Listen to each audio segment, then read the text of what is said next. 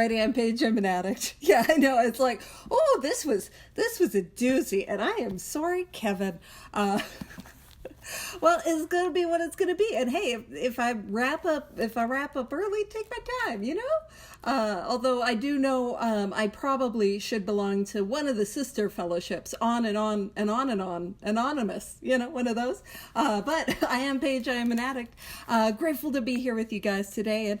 And I kind of felt called. What I would do today is a bit of a big book bounce around. Another way to look at it is a foundation meeting to explain what the nature of the illness that is addiction is. Because when I came into the rooms, I did not know what was wrong with me.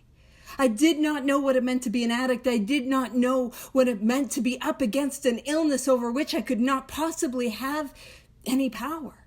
But what I did know was that, man, I wasn't like other people. And what I did know beyond a shadow of a doubt was that I wasn't okay. That my skin didn't seem to fit, that I didn't seem to belong, that existence in life was overwhelming, and I knew that I was doing things once I started to pick up that I didn't want to do. And I knew that I was using against my will. You know what I mean? I would say I don't want to do it, and I would do it again, but I did not know what it meant to be an addict. I did not know what it meant to have this illness.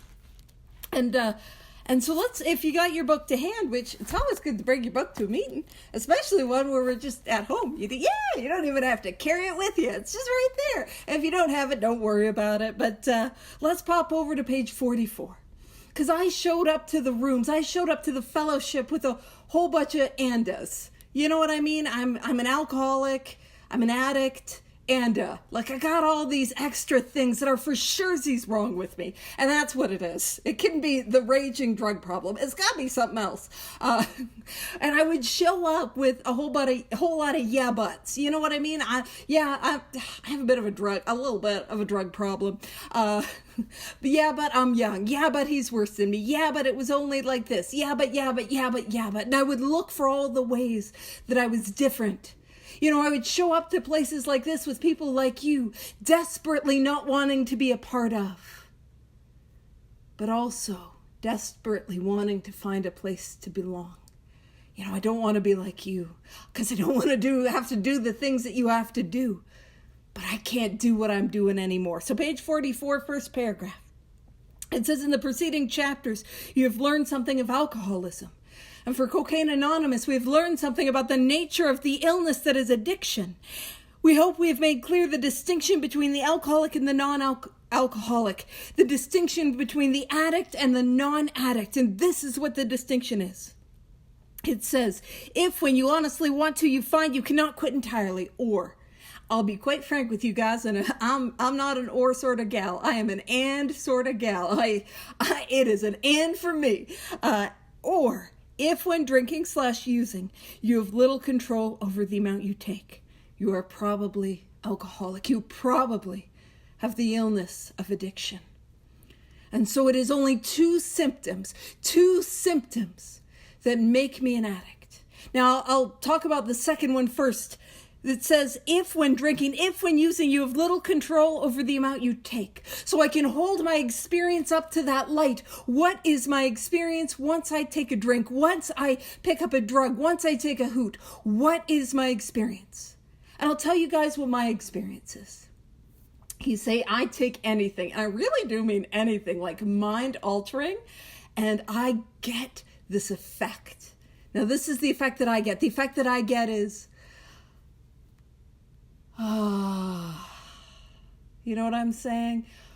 You see, I take that drink, I take that drug. Man, I get a solution. I get an answer. It is everything that I was missing my entire life. The hole that is in the depth of my soul finally feels like for an instant it is filled. The screaming from inside of me settles down and I'm okay. I'm comfortably numb. Everything's okay. And you see, I'll point out that is the first thing that is abnormal about my reaction to mind-altering substances. Normal people do not have that experience. They don't take a drink, they don't take a drug, they don't have a hoot of crack and think, boy, this was what I was missing my entire life. They just do not have that experience. But you see, I have that experience. Now, that inherently does not make me an addict. But I'll talk about why that's important later. But what happens is I take that drink, I take that drug, it sets off something in the back of my head, and that something is the allergy. That something is the phenomenon of craving. And what that sounds like is more. It says more. And the more that I drink or use, the louder that more gets. You see, I have that first toot, that first drink, I pop that first pill, and it tells me more. And it tells me more. And then I have that second, and it demands a fourth. And that fourth will not relent until I've had 8. And that 8 is screaming at me until I've had 16. And so on and so forth. You see, I don't know about you, but once I pick up, once I start to drink, once I start to use, man, it takes me. And I don't know where I'm going to end up. I don't know where I'm going to go. I don't know what it's going to look like. But more often than not, I use until I run out of ways and means to get more. I use until I black out, pass out. I'm broke, I'm in the hospital. I cannot stop on my own power. Does that look familiar? Does that sound like us? I pick up and here's my experience. I cross lines in the sand I said I would never cross. I do things I said I would never do. I break hearts that meant everything to me. I betray trust that was of vital importance in my life. I hurt those who are closest to me. I'm doing things I never wanted to do with people in places I never wanted to be. Man, I come to the morning after. I cannot look myself in the mirror. I hate who I am. I hate who I've become. Does that sound a little familiar? And if that sounds a little familiar, it is a sign that we might have the allergy of the body. And the allergy of the body, what that means is that there will never be a time when I can ever safely drink or use or take any mind-altering substance ever again. If I got the allergy, I've got the allergy. And my experience abundantly confirms that I can't do it. I can't go out and just have one. Now, if you're like me, you're like, wait a minute, hold on, there's a time. Back in 82, or back in 94, or back in 08, or, however long, 10 years ago would be back in 2015.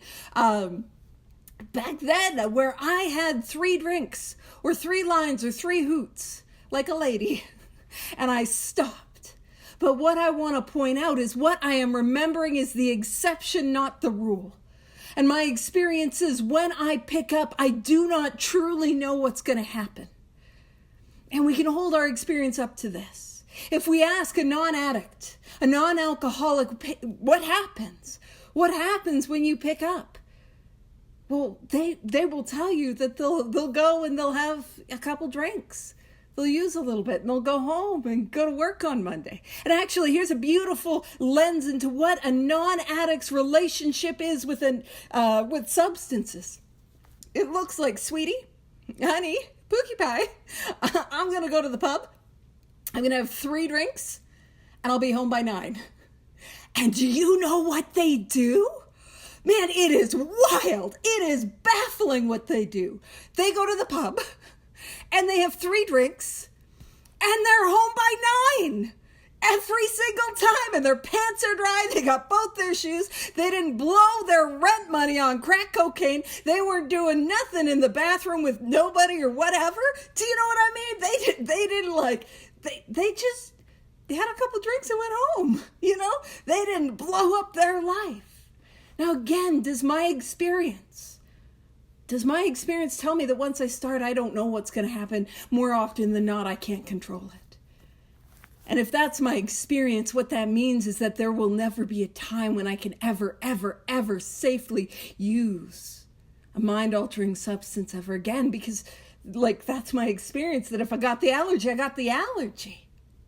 And so, is that my experience? So it says, going back to the first question, if when you honestly want to, you find you cannot quit entirely. So I'll tell you what my life looks like. My life looks like I burn my life to the ground. I pick up and I do things I didn't want to do. I end up in places I never wanted to end up. Things happen to me that are horrific and that I never wanted to have happen to me. I lose more than just my shoes and my pants, but I lose my dignity, my self-respect, my sense of who I am, my goals, my hopes, my dreams, my loved ones, my opportunities, my dignity. I lose. Piecemeal by piecemeal, I lose that all. I come to the morning after, filled with that guilt and shame and remorse and that self-hatred and that self-pity. And I cannot believe who I am. I cannot believe the things that I've done. And that fuels me to say, that's it, I'm never going to do it again. And with everything that is in me, I say it and I mean it. I mean it.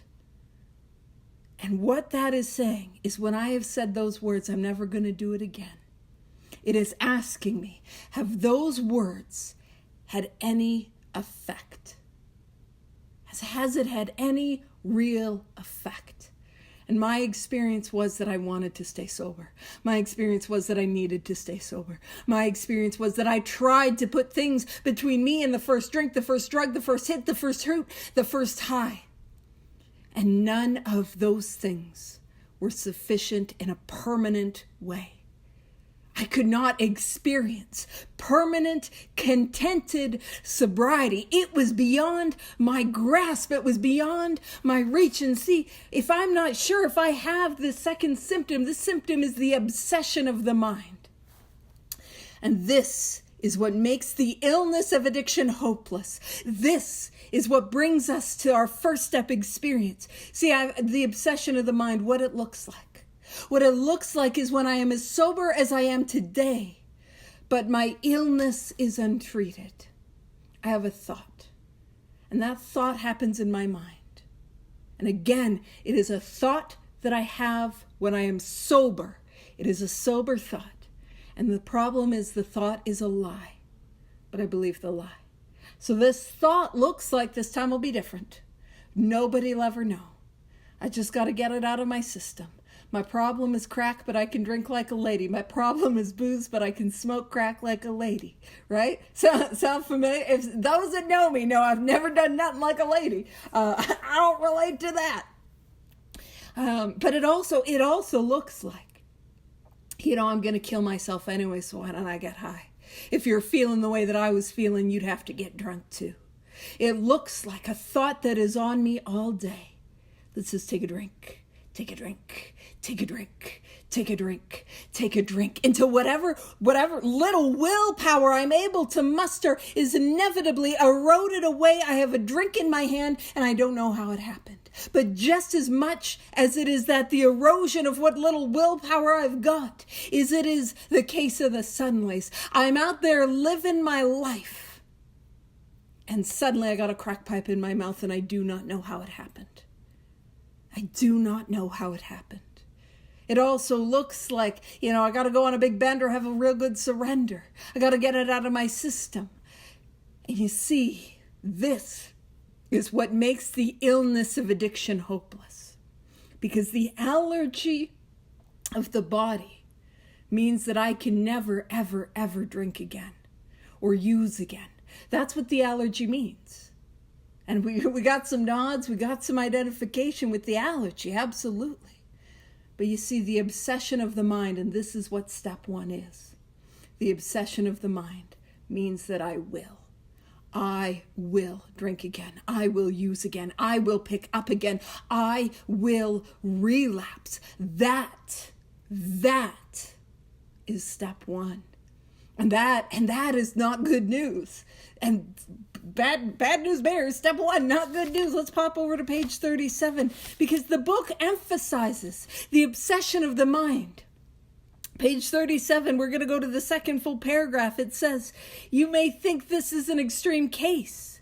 To us, it is not far-fetched. And we're talking about our friend Jim. He put his whiskey in the milk. He got a case of the Suddenlies. He's not going to drink. He's not going to drink. He's not going to drink. He's not going to drink. Suddenly, if I were to put an ounce of whiskey into my milk, it couldn't hurt me on a full stomach. Do I know what that's like? I don't want to drink. I don't want to get high. I don't want to use, only to have that thought come and take me out again and again and again. And it says, for this kind of thinking, not this type of drinking, not this type of using, but this kind of thinking has been characteristic of every single one of us. We've all said those magic words, I'm never going to do it again. And we've all had that experience where they do not work. They do not work. And it says we've sometimes reflected more than Jim did upon the consequences, but there was always the curious mental phenomenon that parallel with our sound reasoning, there inevitably ran some insanely trivial excuse for taking the first drink. Our sound reasoning failed to hold us in check. The insane idea went out. Next day we could ask ourselves in all earnestness and sincerity how it could have happened. Have you ever heard the saying, it's not a race in Cocaine Anonymous? Well, that paragraph is telling me that's not true. Without question, it is a race. You see, what happens is I burn my life to the ground. I cross these lines I said I would never cross. I do these things I said I would never do. I wake up absolutely or come to absolutely dejected and hopeless. And I hate myself. I hate who I've become. And I'm willing to try a different way. And a window of willingness opens up. And then begins a race. And it is a race between two thoughts in my mind. And the one thought is my sane thought, my sound reasoning. I don't want to get high. I don't want to do it again. I love my family. I love the life sobriety can give me. I want to make something of my life. I want goals. I want to make my dreams. I want to do these things. I don't want to get high. That is the one thought that is racing. Now, the other thought that is racing is, this time will be different. Nobody will ever know. I just got to get it out of my system. Now, if I burn it to the ground, that same thought, I don't want to get high. Man, that'll have a head start. It'll be right out in front. But here's the thing. The insane thought, what that is operating on, is like it's got turbo boosted. Eileen knows I got the props. I probably won't bring them out today, but it's got turbo boosters. Man, it's not a matter of if, it is a matter of when. Imagine I'm sitting in a little race car bed and I'm up against a race car, a Formula One. It is not a matter of if, but when. And so it is a race. I'm not racing you. I'm racing the inevitability of the relapse. And there is a small window of time that I've got. And understanding the hopelessness of the dilemma that we find ourselves in if we have this illness. If I'm just a hard user, I got some other things, I don't have this. I got choices. I got options. But if I have this illness, as it's laid out in this book, man, I'm in trouble. There isn't a way out. And bear with me. Let's pop over to the let's pop over to the end of More About Alcoholism. Let's go to page 43. Very bottom paragraph. Oh gosh, that's so lovely of you. Bottom paragraph, page 43. It says once more, so this is summarizing the chapter More About Alcoholism. The chapter More About Alcoholism is hammering home that I will drink again, that I will use again. That is step one. So it says, once more, the alcoholic at certain times has no effective mental defense against the first drink. Except in a few rare cases, neither he nor any other human being can provide such a defense. His defense must come from a higher power. Must come from a higher power. We can hold our experience up to this light.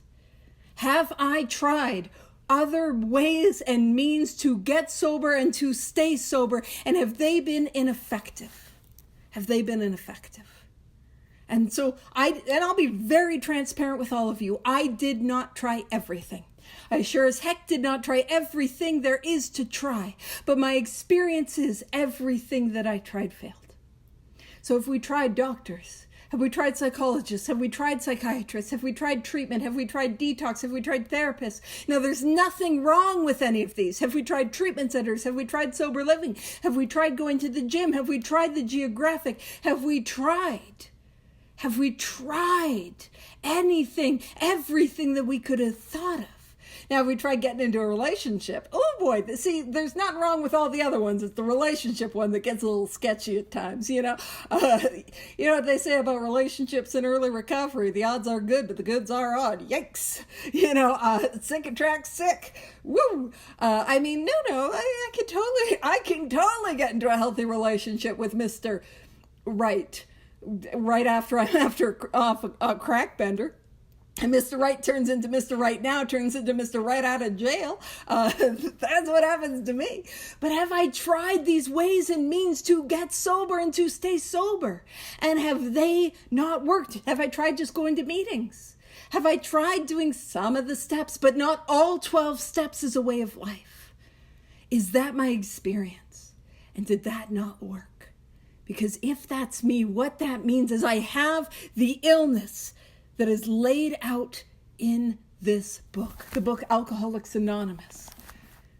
And here's the thing, if you're here today and you've been relapsing and you've been struggling, and if you're like, man, I don't know what is wrong with me, man, I hate myself, I hate who I've become, I hate the life that I'm living, there must be something wrong with me, I must not want it enough. What I want you to know is absolutely not. We are up against an illness which no human power is sufficient. It doesn't matter the best psychologist, therapist, sponsor, counselor, home group, any of that. No human power could keep me sober. And if I'm here today and human power wasn't sufficient, guess what that means? You have the illness that's laid out in this book, and we've got a solution. So if step one, I'm going to summarize step one. Step one is found on page 30, but you know what? Frick. Let's go there. Page 30. Step one. It says, it's the start of the second full paragraph. Page 30, start of the second full paragraph.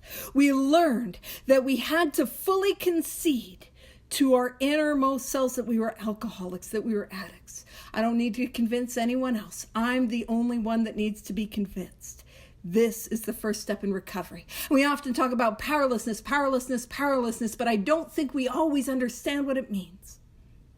To fully concede that I have this illness is to fully concede that I've got both these symptoms. Now, to be fair, on page 44, it says or, not and. But what I've got to concede is that I have the allergy of the body. I've got to concede that there will never be a time when I can ever safely take any mood or mind-altering substance, that I can't drink like a lady, that after 20 years of recovery, I won't be able to smoke crack with my pinkies up. You know what I'm saying? That I am convinced that I will never be able to do it ever safely again. But that's not step one. Step one is also conceding that I have the obsession of the mind. And just as true as I can never, ever safely do it again, is as true that I will do it again. That I will relapse. That is step one. And when I'm there, that awakens to the possibility of step two. And if I can see that's me, then I'm open to the solution. And it says, except in a few rare cases, neither he nor any other human being can provide such a defense. I am defenseless against the first drink. I am defenseless against the first hoot. I am defenseless. To be defenseless means I will relapse. That's what that means. So my defense has to come from a higher power. So let's have a look at what that spiritual awakening looks like. Because to be quite frank, that is our solution in Cocaine Anonymous. That is the solution in 12 steps, a spiritual awakening. And if I can see that nothing less than a spiritual awakening is going to work in my life, I begin to see the reality of the predicament that I find myself in. Nothing less than a spiritual awakening. Now, I've got some bad news. I'm going to spoil it for you. Nothing less than a spiritual awakening that I grow and I deepen for the rest of my life is going to work to keep me sober. Your experience might not be mine, but for somebody like me, nothing less than that is going to work for an addict of my type. So let's pop over and for those that are like, all right, well, I don't think I want one of those. I didn't either. Let's talk about what a spiritual awakening looks like. Let's pop over to the bottom of page 84. It's right below the line, love and tolerance of others is our code. And these are what is known as the step 10 promises. Now, in step 10, what is happening is it talks about we've entered the world of the spirit. Step 10 is where we continue to live these 12 steps as a way of life, like our life depends on it, because it does. How I get to step 10. I know this might seem really rudimentary. It's like, girl can count? We should have let Kevin talk. Because he would have offered something more insightful than how do I get to step 10? 4 through 9.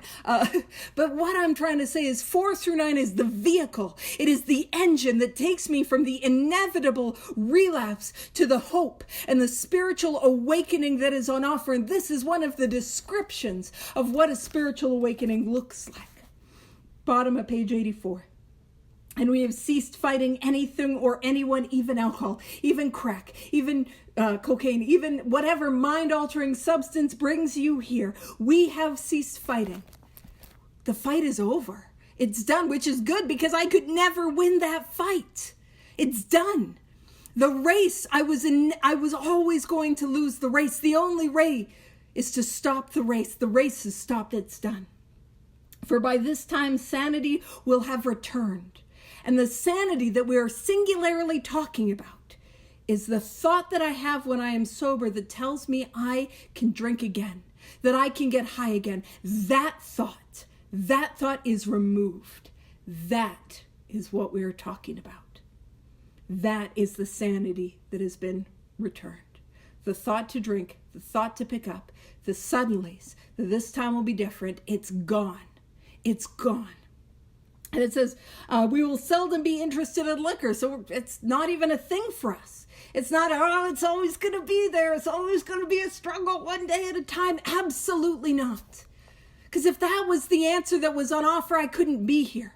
Because it was so painful and so awful to live that way. We've got something that is more than just don't get high today. Man, we have a way of life that works, real freedom that's on offer. And it says, if tempted, we recoil from it as from a hot flame. On page 24, it talks about how I can't stop myself from touching the hot stove. I touch it again and again and again. This time will be different, and I burn myself. Nobody will ever know, and I burn myself. I just got to get it out of my system, and I burn myself. You know, my problem was getting loaded with people in North America, but we're over in Ireland. There's no Irish addicts over there. It'll be different. The crack's different over there, and I burn myself on the hot stove, and I cannot stop myself. And I try to put things between me and the boiler, me and the stove, me and the burner, and none of it works. And I touch it again and again and again. But here I see the stove is hot and I don't want to touch it.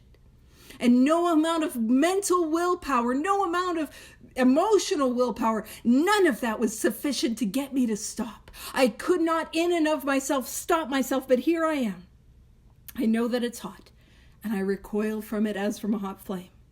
We react sanely and normally. The most insane thing that I will ever do as an addict is pick up that first one. And I can't stop myself from doing it. It says we react sanely and normally, and we will find that this has happened automatically. It happens to us. I take a course of action I don't like and I don't believe in and I do not think will help, and the miracle happens to me. That is what's on offer. I don't have to fight this thing. I have to take a course of action, and a change happens to me. It says, we will see that our new attitude toward liquor has been given us without any thought or effort on our part. It just comes. That is the miracle of it. We are not fighting it, neither are we avoiding temptation. So I'm not up against it. I'm free. I am free. We feel as though we've been placed in a position of neutrality, safe and protected. Now, in the third step, I haven't spoken about the second step, but in the third step, I'm making a decision. It is simply a decision. I won't say just, because it's a big one. It is simply a decision to work these 12 steps as a way of life, like my life depends on it, because it does. That is the third step.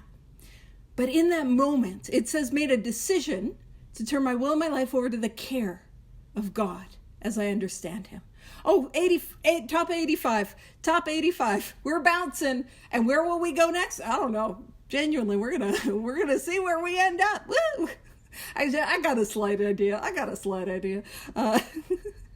But when we talk about position of neutrality, safe and protected, in the third step, I do not have an understanding of God. And I am not expected to have an understanding of a power greater than myself.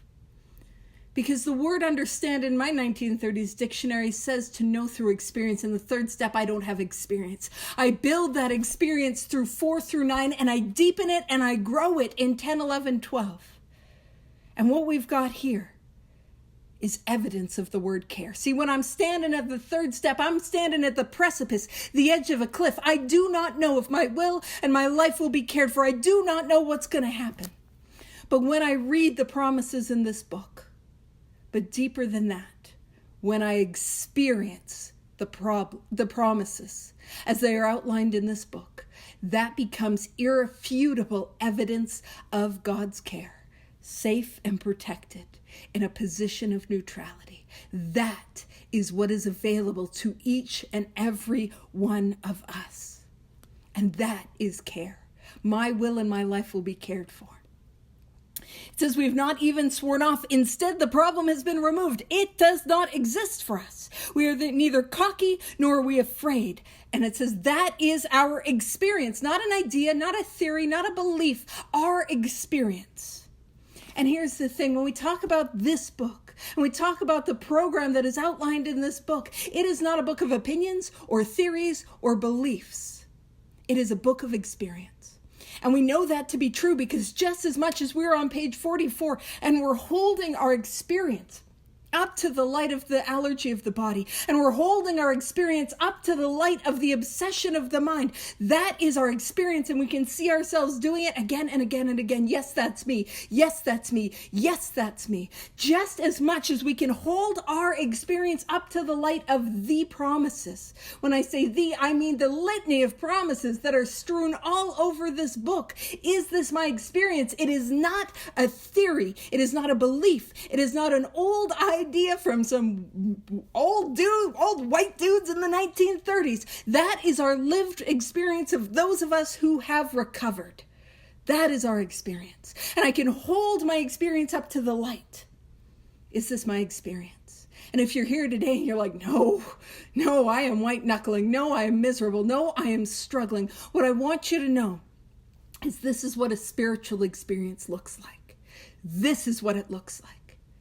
And at this moment, when we're just trying to approach step 2, gosh, I do things in a roundabout way, don't I? When we're approaching the second step, all I need to believe is, could this experience be true? Is it possible?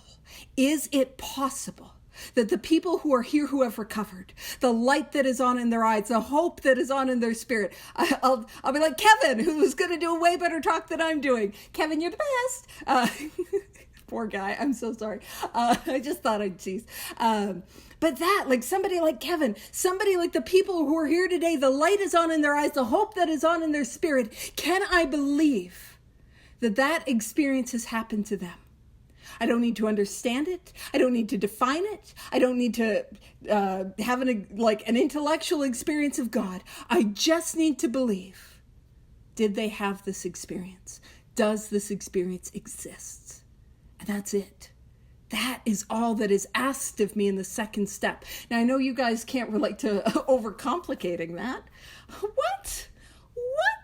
An addict overcomplicating things? I sure know I did. I sure know I did, right? That's what I'm after. Can I believe that a spiritual experience exists? And you see, if I have a profound understanding of step 1, that I will relapse, that hopelessness breeds me to have a look and to grab a hold of the hope that is on offer. It's like, yeah, but there's got to be something because I don't got another way. There's got to be something because I can see that what I've got does not work. Now, going back to the idea of the third step, the idea of the third step is the idea, am I willing to take this course of action like my life depends on it, because it does. Let's do another bounce. I know, I don't, like some of these I hit quite a lot. I don't, we're going around where we're going. Let's go to page 59. And it's the first full paragraph, half measures availed us nothing. And I'll talk about half measures. It'll give everyone time to find the page. When we talk about half measures, we throw that around. I throw that around. Half measures, half measures, avails us nothing. But what does that mean? What does half measures avail us nothing mean? What it means is nothing less than a spiritual experience that I grow and that I deepen and I will relapse. That's what it means. And it's a little rude. It's a little rude because I really think I should get a little something for something. You know what I mean? I think I should get like some brownie points for getting a 5th step done. And it's like, I did 3 of my amends. Can't I coast on that? Not indefinitely. Yeah. But like, go me. I did a thing. No, I've got to continue to do it. And it says we stood at the turning point. We asked his protection and care with complete abandon. And I'll point out any time in this book it says we ask, that's a prayer. Y'all know that there is a prayer and how it works? Sneaky. God, higher power, creator, spirit of the universe, I ask your protection and care with complete abandon. And here's how I look at this part of the book. The monster that is the obsession of the mind, the monster that is the illness that is addiction, has been chasing me in the woods. And I am running, and I am giving it my best go. And time after time, that monster closes in and it takes a swipe and it gets me. And I pull myself up and I try again and it gets me. And I try again and it gets me. And I try different things and I'm hiding, in tree stumps and I'm trying to deke and jive and I'm trying to, do anything and everything that I can to stay sober. And it gets me. And you see, that's the thing is I am trying, but all my effort is insufficient. And by some miracle of miracles, I run my way into a clearing. And I run and I hit the edge of this cliff. And I look over the edge of the cliff and what I see is a cloud of unknowing. I cannot see what is at the bottom of that cliff. I cannot see past this cloud of unknowing.